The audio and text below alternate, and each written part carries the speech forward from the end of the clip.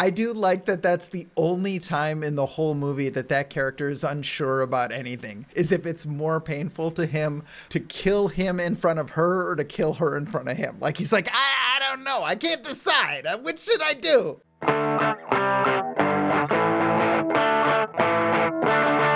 And welcome back to another episode of Exposing Ourselves. I'm Travis Ritchie, and this is episode 14. This is the show where we expose each other to new things. Matt, a big music fan, will assign me one of his favorite albums or playlists to listen to each week, and I, a movie buff, will give him one of my favorite films, and we come together on this podcast to discuss it all. And with me, as always, is my good friend, Matt Runquist. Hey, Travis. Today we're going to talk about the band X Ambassadors and the movie Mission Impossible 3.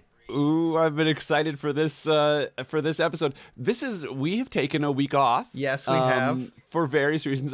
I struggled earlier to think of...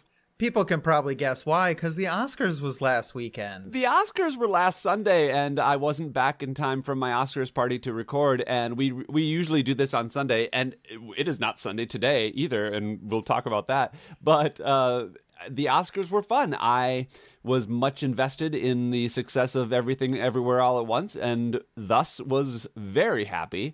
I cried twice in the first two awards, and yeah, no, it was a funny evening. It's always nice when your team wins. Yep, that's good stuff. I was really excited to see all the happy people. It was good stuff.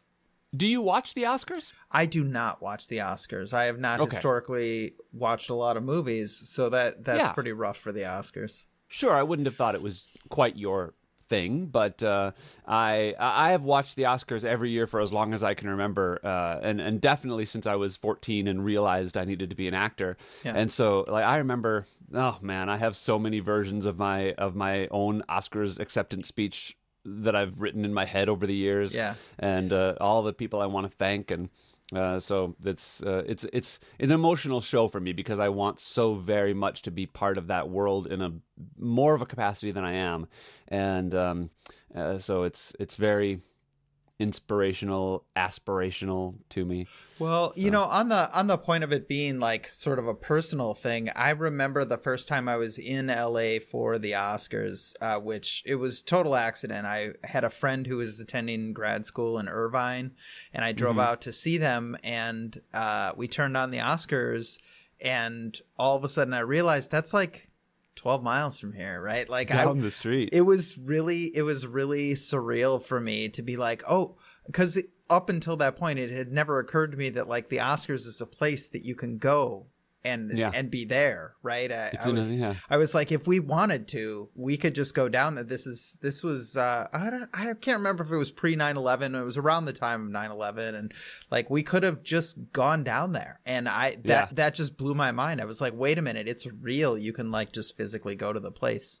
Yeah, that's a thing that's interesting in general about moving to LA. Is over the years I've met people who were almost, you know, mythical in my mind, and you're just a regular person stopping in at Starbucks, and you know, it's like, oh hey, Tim Allen, hey, you know, Olivia Newton-John or whatever, I don't know, right?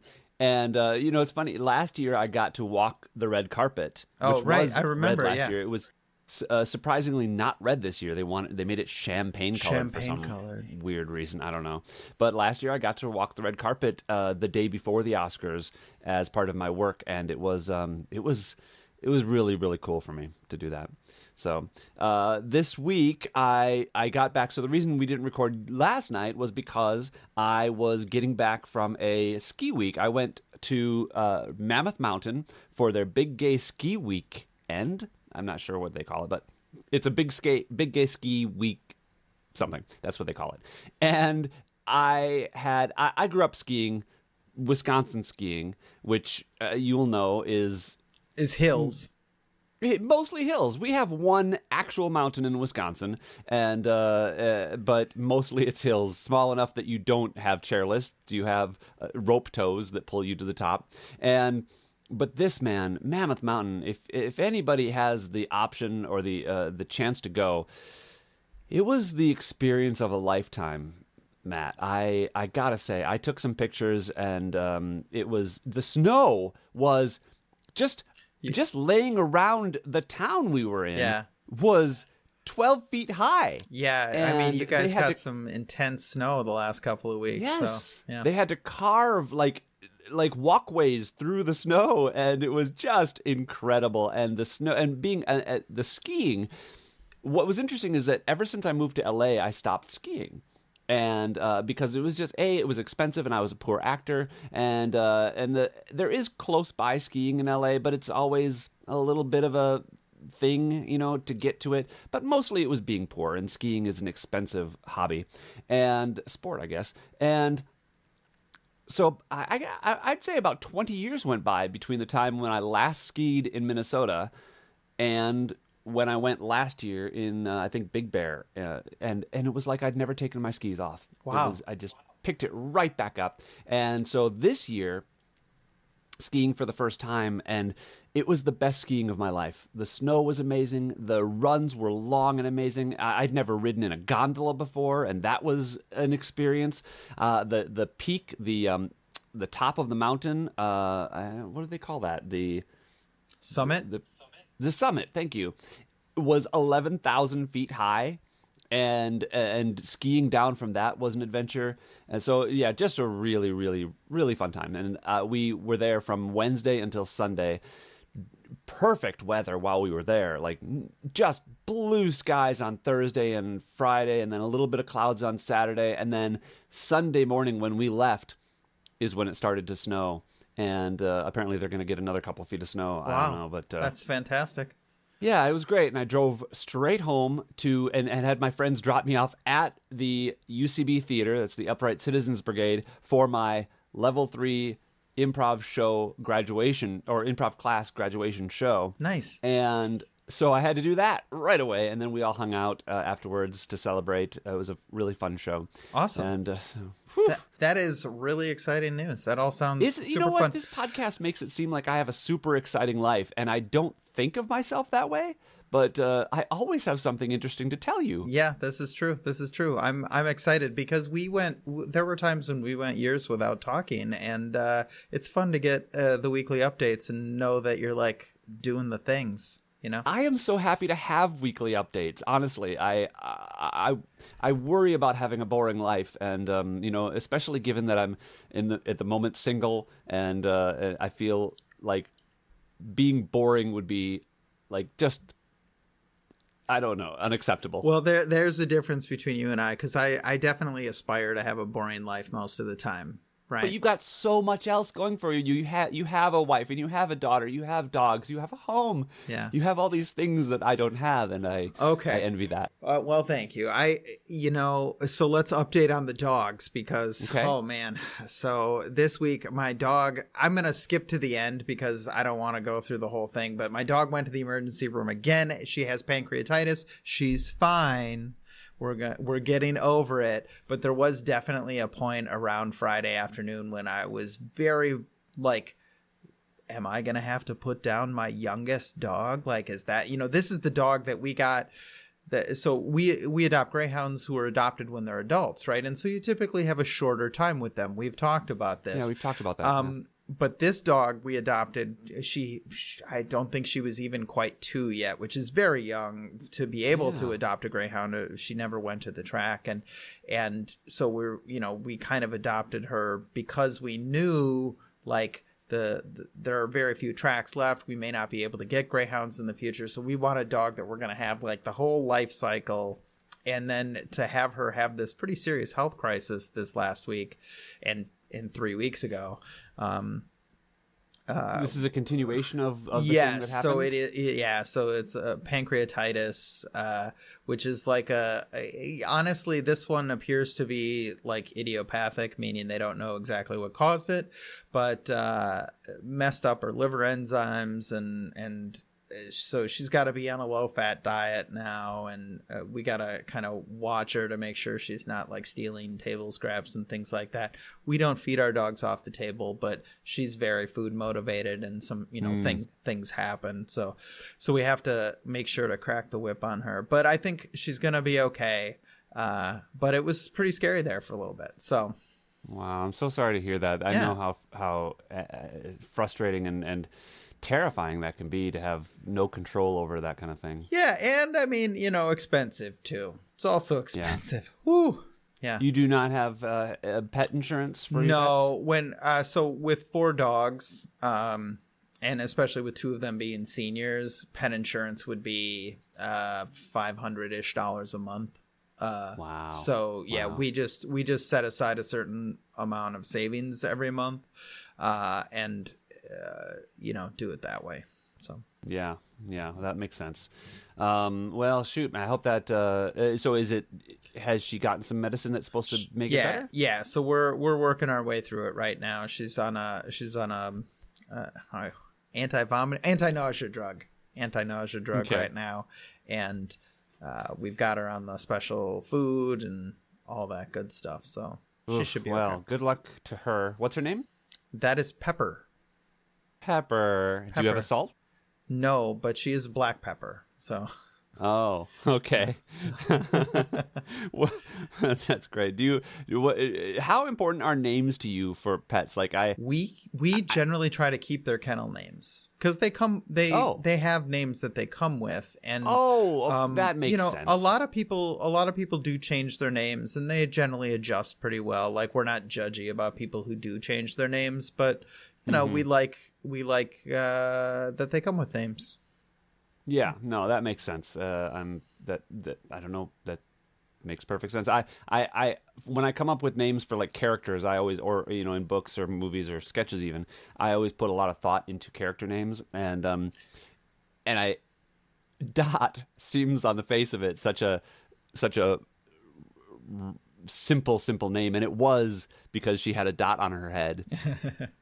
But I always like her what I considered her family name was Dottie Doodle Ritchie, and then her her pedigree name was Sivart's Dot Matrix, and but we also, when we got a second dog, my boyfriend and I, that dog's name was Pokey, not only because she was a pokey little puppy, but also because of Polka Dot, and it went together. Very nice. And so. Yeah, so I just was curious about names. Cool. Well, let's say we get into the meat of the episode, huh? Yeah, let's do it. Well, what do you say? You want to shake things up and do the movie first? Yeah, let's do that. Let's shake it up and do the movie first. So despite your aversion to action movies that has previously been a bone of contention on this very show, I wanted you to watch Mission Impossible 3. The Mission Impossible series has ups and downs for me, but starting with Mission Impossible 3, they had a couple of movies in a row that were pretty good. Mission Impossible 4 is my very favorite action movie of all time, but I think that Part 3 informs it. And one of the things about Part 3 is it came on the heels of Mission Impossible 2, which was directed by John Woo, which came out in 2000, and it was a very John Woo film. Like he did Face Off, he did Broken Arrow, movies that were very like emblematic of the 90s. Yeah. And he had a very particular style, and it kind of took away, I think it stepped away from the spy-iness of Mission Impossible almost, and turned it more into an action movie. And I thought that Mission Impossible 3 brought us back to not only the spy-iness, but also did something really important to the character of Ethan Hunt, which was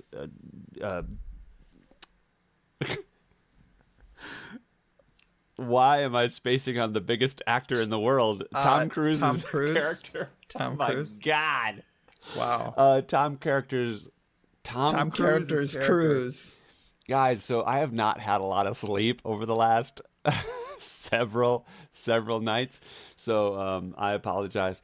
But anyway, one of the things they did with Tom Cruise's character for Part 3 and into Part 4 was they made him fallible, which is that his plans don't always work, and he's not invincible. He's not I think part of the problem you have with action movies sometimes is that the characters seem invincible. And I think that they make these movies with Part 3 and 4 especially so that, like, when he gets hit, he carries an injury with him, and so it's like he has to work harder and harder and harder as the movie goes on. So that's the thing I love about it. It was directed notably by J.J. Abrams, and it was his first movie.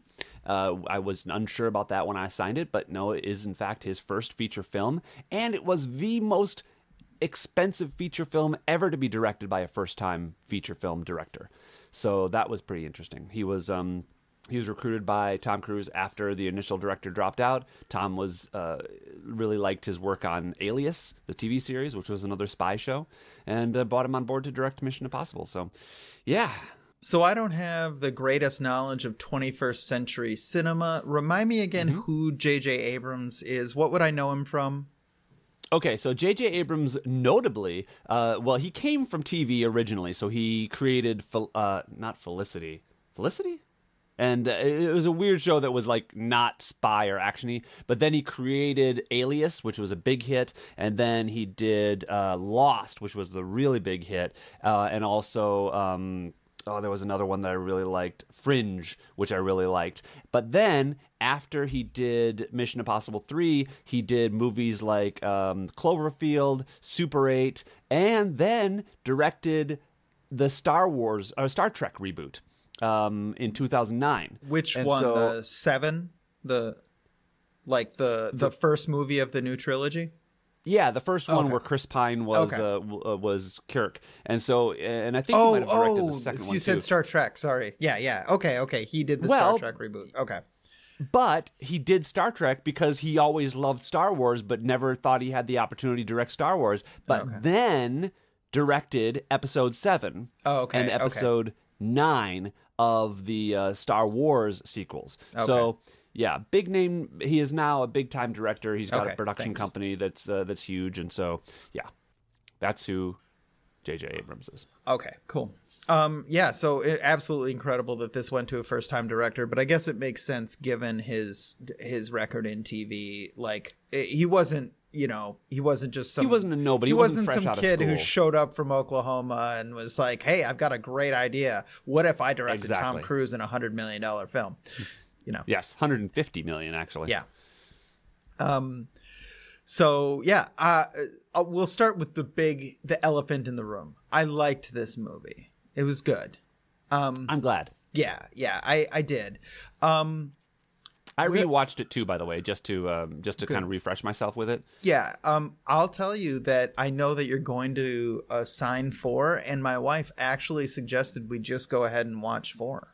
So it was liked enough to be like, hey, I could go for another one of these.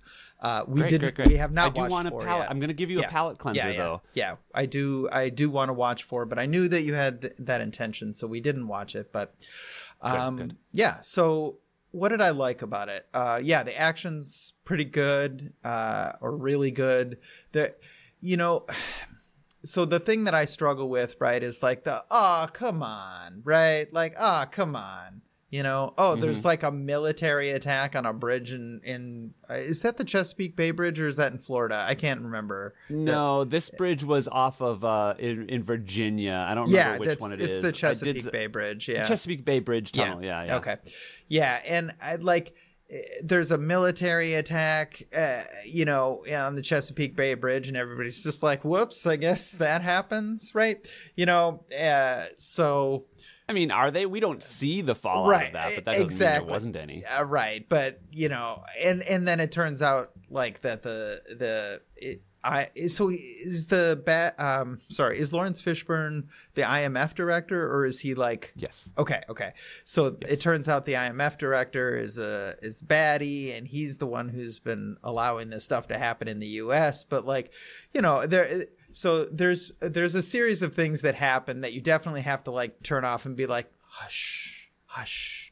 It is an action movie. Right. I mean, it's an action movie, right? But it's also, I like what I kept repeating to myself, and you'll like this, is I had a mantra, which is like, it's called the Impossible Mission Force. It's an impossible mission. It's not just a very difficult mission. It's an impossible mission, right?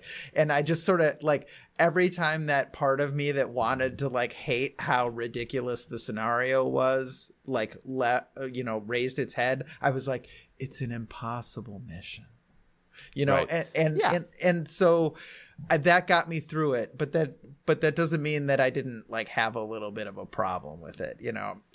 There are moments too that I watch, and there are even technical like things where he takes the picture and puts it in front of the camera, and you're like, well, it wouldn't be able to focus that close to a photograph, but I'm like, okay, whatever, that's clever. Yeah. And it happens so fast, and like, yeah, you know, and like sort of planning logistics for these incredibly complicated missions on like an extremely short time scale, you know, like, but again, I like, if I wanted the whole podcast to be about things that happen that are impossible in the movie, well, I mean, it's an impossible mission. So, you know, congratulations. Yes. Mission impossible. Well, and this is why I wanted to set you up for this one first, because I think you'll enjoy things related to that about part 4. Okay. So let's talk about the other really big thing in this movie, which is Philip Seymour Hoffman and his performance. Yeah. I understand why this is such an iconic performance. Like, it's so like menacing and restrained, and 2 steps ahead and everything. And it's like, it's really good, right? Okay. I don't love it, you know? Okay. Like there are times when I feel like he's channeling Buffalo Bill from Silence of the Lambs, right? Where he's just like, well, that's his voice, right? Right. It's his voice, and his cadence is very, and I'm gonna make her hurt. I'm gonna make her pain. I'm gonna kill her. I'm gonna make you watch. You know, like I'm gonna kill you in front of her. Yeah. And no, I'm gonna kill her in front of you. He is dead, sir. By the way, he is not around to defend himself. I do like that. That's the only time in the whole movie that character is unsure about anything. Is if it's more painful to him to kill him in front of her or to kill her in front of him. Like, he's like, I don't know. I can't decide. Which should I do? Right? Like, yeah. That I think is funny, because he's a very, you know, like, he's always 2 steps ahead. He's always got a plan which negates Tom Cruise's plan. Well, he's always... Not always. And I think one of the things I like about the character is that he was, like, he didn't do it on his own. He had the help of Ethan legit and his team legit captured him, and and that was unplanned, and he was, but if he hadn't been working with a mole inside the IMF, he would have been captured. Sure. But he was, and so it took 2 people to make his escape possible. It wasn't that he was so great, necessarily. Yeah, I mean, it's so. This is a read that I have on a bunch of action movies, which is that the bad guy always seems to have like infinite knowledge and resources, right? Right. And it's, there's this. It's a trope of cinema that bad guys are like incredibly smart, incredibly rich, incredibly ahead of the game, right? And that's a very James Bondy thing. Right. It's a very James Bondy thing. And the truth is, in real life, criminals are kind of idiots, like this is true. Like the criminals make mistakes all the time. It's how they get caught. Right. Right. And, good guys make mistakes all the time, and but like people are people, right? And so I always get a little frustrated with any movie that relies too heavily on like the hyper competence of the bad guys or the good guys or anything. Like it's not that I necessarily want to see them fail, but when they do things that are just patently impossible, it bothers me, because people can't do things that are patently impossible, Right. Like I don't think we had that problem with this movie. He instantly deduces that Tom Cruise has a wife, and that he, without I mean, Ethan Hunt doesn't give anything away in that scene. And all of a sudden he knows, like, oh, you've got a special someone, and I'm going to kill her in front of you, you know? He doesn't. He just is. Well, no, I'm going to push back on that. If you watch it closely, because he's fishing at first, right? And he says, "Do you have a special someone? Do you have a wife, a girlfriend, whatever?" He's fishing, right? And that's just playing the odds. Chances are, you know, a handsome person like Ethan Hunt is going to have a someone special in his life,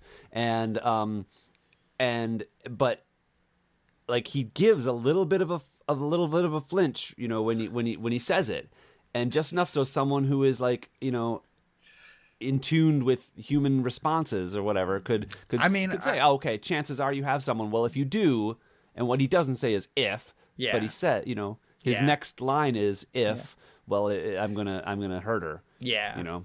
Yeah, I don't want to harp on that or anything. It's just that hyper competence thing always, you know, it always gets me. So what else do I want to talk about? I don't know what else I want to talk about. Well, I want to talk about the Rabbit's Foot, which I thought this is a movie that is a quintessential example of the MacGuffin, right? Which is a cinema term that was coined by Alfred Hitchcock, basically about a plot device that is inconsequential to the story, except that it drives the story. But it could be replaced by anything in the world, and the story would still work. And so interesting examples of this are things like the Ark of the Covenant in Indiana Jones, things that it could be just anything that they're after. And this one is so blatant because it is named.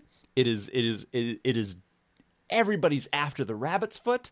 And they even find the rabbit's foot. They get what they think is the rabbit's foot, but even at some point in the story, someone's like, "What is the rabbit's foot? I don't know what the rabbit's foot is, but anytime I imagine it's probably this."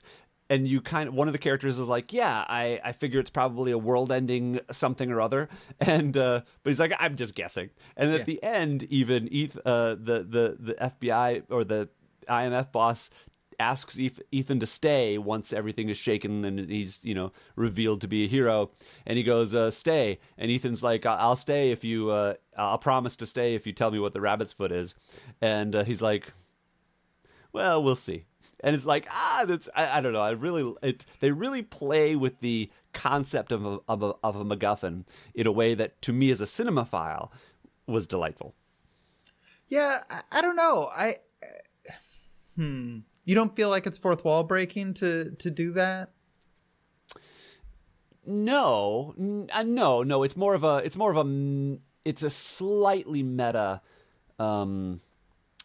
thing, but I don't think it was fourth wall breaking at all. Maybe just kind of brushing up against the fourth wall a bit, just to say we know. But it was done very deliberately. Like the idea of a MacGuffin in this context is not an accidental thing. It's a very, like, you know, on purpose piece of writing. Ooh, I remember what I want to talk about. So yeah, I mean, the rabbit's foot, yeah, you know, like I wasn't offended by the idea of the MacGuffin, but I didn't take any joy out of them playing with the idea of it either.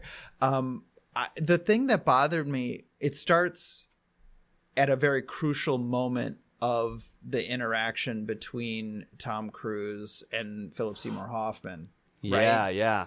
And it's a very intense interrogation scene. Philip Seymour Hoffman's threatening to kill Ethan's wife. And I didn't feel like the movie needed that at all. Right? Like sometimes like a Netflix show that's like 8 episodes will start with something that's like really super intense, and then 1 week earlier, and then the joy of the show is like watching how we got to that point, right? But sure. Yep. I didn't wonder how we got to that point. Philip Seymour Hoffman's a bad guy. He wants the thing. Tom Cruise is, you know, like, it didn't feel like, I didn't feel like the movie really got anything out of that scene. It wasn't so. I feel like that particular filmmaking trick is really, it's useful for movies that don't have like a lot going on in the first 45 minutes, right? Where it's like, it's all scene setting and relationship building and so forth, right? Yeah. Mission Impossible. But this had an action scene. Mission Impossible is like action scene, 3 very carefully chosen lines of exposition. action scene, right? Like, this is not a movie that takes a long rest at any point, right? No, I'll give you that. But they do start a little bit slower with the whole party and the engagement party and all that stuff. And I think it's interesting. I don't know. I now that you say it, I can see that it's not necessary, but I liked it. Yeah, that's fair. I think there's probably a pretty good cut of this movie that doesn't include that, you know. Maybe it did remind me of some of the interesting foreshadowing that is used, which I really liked. Like in the scene with, first of all, I love the engagement party scene. I think it's so great, and like Tom Cruise pretending to be into traffic, and or his character, like, you know, but genuinely selling it so well that like and there's this perfect moment where the three people he's talking to are a man and two women, and the man just kind of like snore yawns like, and the women are both, I would marry him.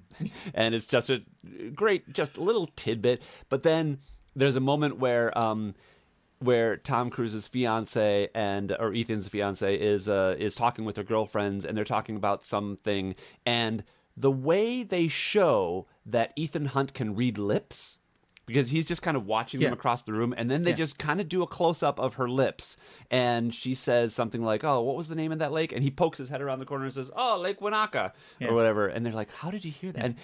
But that is a cool moment in itself, but then later on it becomes kind of a crucial moment in the movie. And I just...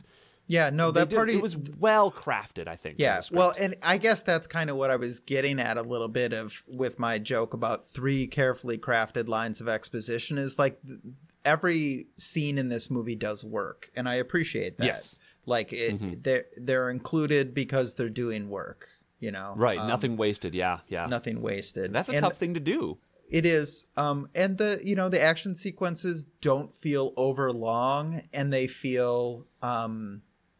one of the things that I don't like, so if I were to go back to another favorite of yours through this Into the Spider-Verse, a lot of the action scenes in that movie, I couldn't tell what was going on. It felt like a series of images that look cool in isolation, but didn't tell a story to me. And all of the action scenes in Mission Impossible 3 tell me a story. I can understand where people are. I can understand what they're trying to do.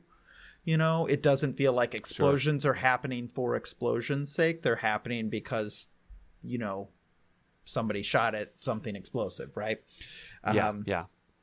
So I liked it. Very interesting. It has its things that I didn't dig, you know, that bothered me during, like, if something bothers me afterwards, well, you know, something bothered me afterwards. But if a movie carries me through without complaining too much, that means something to me. So are there things that, I guess the good question about that would be, are there things that still bug you about it? Like, well, I mean, yeah, like the things that I've been talking about on the podcast, right. Like they do, like, I'm not over it, right? I just keep trying to tamp that part of my brain down. It's an impossible mission, Matt. Okay. It's impossible. Okay, great. Okay. Good. So. Well, this for the record, it was $150 million. Although Wikipedia says the budget was 150 to 186 million. So I don't know if they're like including marketing or whatever of that. It's probably marketing. Or if it went over budget. 35 million is pretty classic marketing budget. Usually about half the budget is what they say. Yeah, but and then it pulled in kind of what seems paltry is $398 million, so about $400 million, which for a Mission Impossible movie seems pretty low. But I think that was on top of a really underwhelming performance from Part 2, which I don't have the numbers in front of me. Anyway, let's go ahead and rate Mission Impossible 3. What do you think I'm going to give it? I think you're gonna. I would guess, given your lead up, I would guess you're gonna put it as a 6. No, you're wrong. It's a 7. 7. Yeah. 7. Nice. Yeah. Nice. Yeah. And I just didn't want to go above. Like when someone says, "How much do you think this cost?" You don't want to be like. Yeah. No. 7 and leaning towards an 8. I feel pretty comfortable that it lands at 7, but like it's a 7+. No, I'm not going to do it. I'm giving whole number ratings. It's a 7, but okay. But if you forced me to choose between an 8 or a 6, if an 8 or a 6 were my only two options, I would say 8. But it's wow, yeah. nice. Yeah, so it's nice. That's interesting because I think it's firmly an 8 for me. Maybe I don't even know what I rated it, but because yeah, it's you know what? Gosh, especially after rewatching it, I enjoyed just about every moment of rewatching this movie. I laughed. I was still surprised by things. Yeah, I'm gonna give it a 9. I think I'll go for a 9. Okay. Now we'll average out to an 8. How about that? Yeah, that works. That works. All right, excellent. Well, shoot, let's talk about X-Ambassadors, which I have wrestled with this name several times over the last week as I've been trying to tell people what I'm listening to. I kept on saying ex-presidents, and I was like, it's not that. It's not that. Ex-president. Ex-ambassadors. Ex-congressman. So X-Ambassadors is, I would say I don't even remember what description I give of this. It's rock music, and then you can break down stadium rock is what you called it. Stadium rock, I think, is a good thing for it. It's intended to be sung along with 15,000 of your closest friends. It's big, emotion-filled music. I like it. What do you think? Why do you like it? I want to know that first. Why do I like it? I don't know. I like it because it's fun to sing along with things, and it's fun to feel big emotions sometimes. There's no irony in this music at all. I agree with that. 100%. So I had an interesting experience with this playlist. That was not the first time I've had this experience on this podcast. As I was listening to it again yesterday to kind of refresh myself, I had the sense that I was very familiar with some of these songs, and I didn't know if it's because I had listened to it once before. I think 1.5 times before, because we had 2 weeks, so I wanted to listen to it an extra time. And I didn't know if it was because I'd listened to it that I was familiar with these songs, or if I was pre-familiar with these songs. But I didn't remember feeling familiar the first time, but I didn't know. So that was what I was going through. And I will say that I also had it reminded me of something else experience. And I'll talk about that in a bit. But first, this playlist, I agree that it was banging. It was a intense, musical experience. I didn't enjoy listening to it. They do a lot of that thing where it sounds like you're listening to it through a broken speaker. And where you get that rattle in the sound in the drums or in the whatever percussion that they're using, and it was worse the first time I listened to it, maybe not as bad the second time, and possibly it wouldn't be as bad the third time, but it reminded me of an audio toothache. I felt like I had, I was going to say oral toothache, but that sounds too much like oral, and I meant to say aural, A-U-R-L.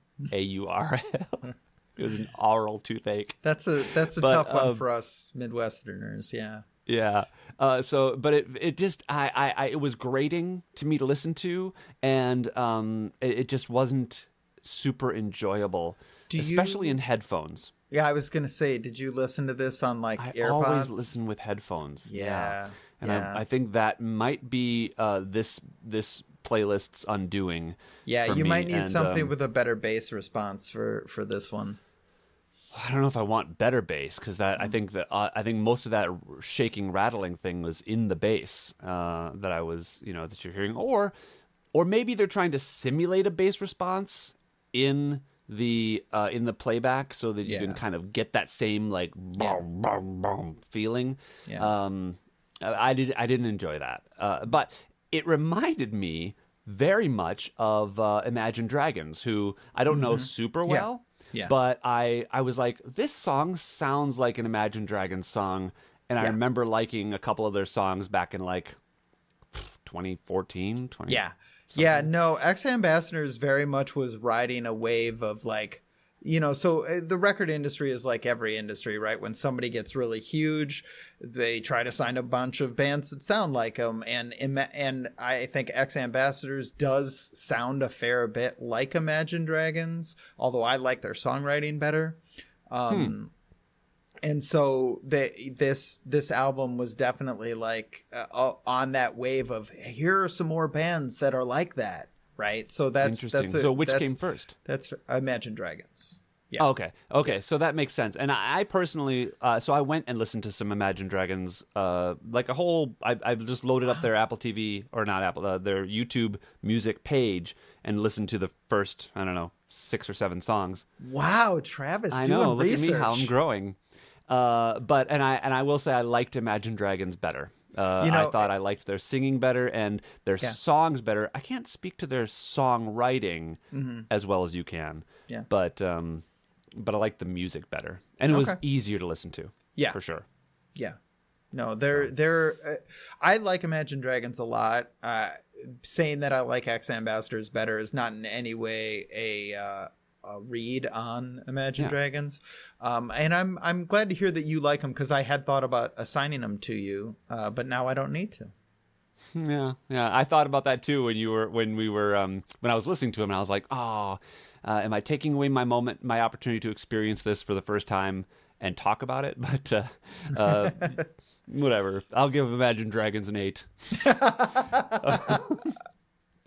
So I think my rating for this band is going to be much more muted. I didn't dislike it, and I will give the option to listen to it again someday over speakers. Maybe I'll put it on at the next party I host, or game night or something. Let me ask you this. So there's a couple of slow songs. Did those resonate for you at all? Given that they're not as heavy, they're not as heavy on the bass. Let's see. I was gonna think Low Life or Unsteady, especially, or Gorgeous. I believe. No, it's Unsteady. Do you remember Unsteady? Let me play a little bit of it. Yeah, and go for it. Refresh myself here. Yeah.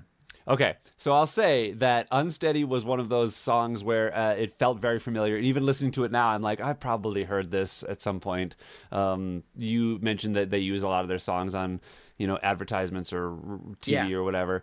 But after that 30-second intro, which is really kind of beautiful, and I love the singing, and I like that they started with that rattly instrument. I think it sounds so grating to me. I think it's sub bass, yeah. I mean, I don't know. I think it's an on purpose production thing that they do to the song. It's not a bass thing. It's like when they used to in the 80s when they discovered that drum that there's a very specific 80s drum sound that a lot of sounds like this very specific mid-teens, mid-2000 teens sound that probably has fallen out of favor. I don't know, but I think your original instinct was right, that it is a distorted drum sound. I think that's a layer of distortion added onto the drums. Yes, yeah. But it sounds to me, it's and I don't mind distortion in a creative way on the face of it, but it sounds to me like this is a speaker that is loose. Okay. That's when we've all had broken speakers that we've listened to music through, and that's what this reminds me of. And it was not a sound that was comforting. Okay. So, yeah. Well, I know we're a little tight on time this time. What rating would you give this? I'll give it a 5. Okay. And let's call this a what did we say before? We have not a qualified, a temporary 5. We used a word for it before. You couldn't remember the word that time. Preliminary 5. I know, I couldn't remember it that time either. Provisional? Provisional? A provisional 5. Yes, that's exactly what it is. I'll give this a provisional 5, bearing future listenings. All right, cool. Well, I would say this is a 7 for me. I like X Ambassadors a lot. I think when I introduced it last week, I did tell you my wife likes this better than I do, but I have seen them live a couple of times. They're a fun live show. I'll bet it is really interesting live because part of that audio artifact distortion that I don't like probably wouldn't carry very well over a arena. Yeah. So interesting. All right. Well, what do you got for me next week? Do you know? Yes, I do. Next week, have you ever? I'm pretty sure the answer to this is no, but have you ever heard of Borns? No. Okay, Borns is a singer-songwriter that does sort of a electronic alternative music. He has a very beautiful falsetto, and he uses it to excellent effect on his debut album, which is called Dopamine. Oh, so it's like a solo guy? Yes. Yeah, I don't know what with Borns... a plural name.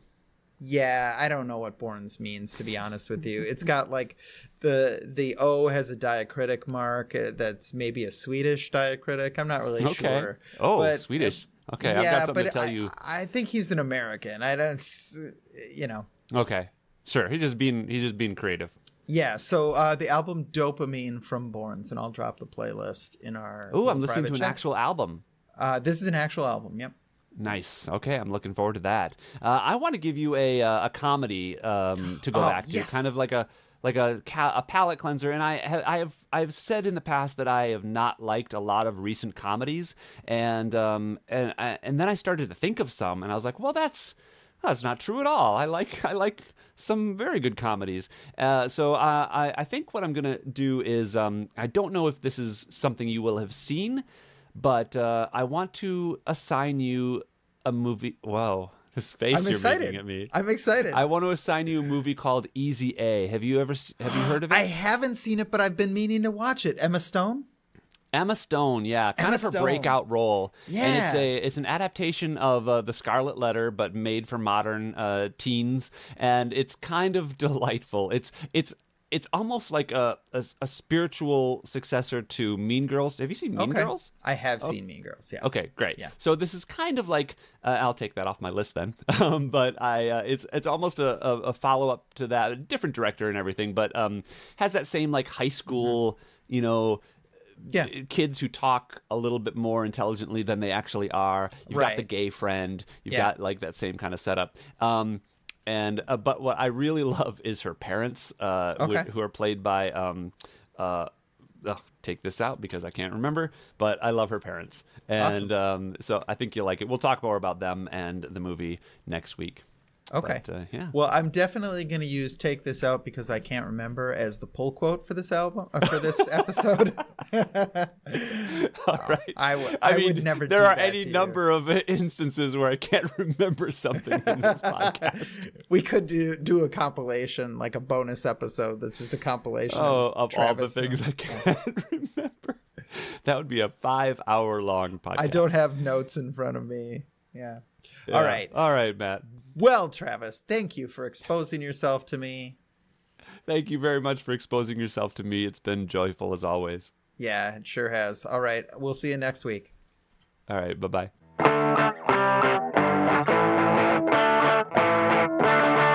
Take this out because I can't remember.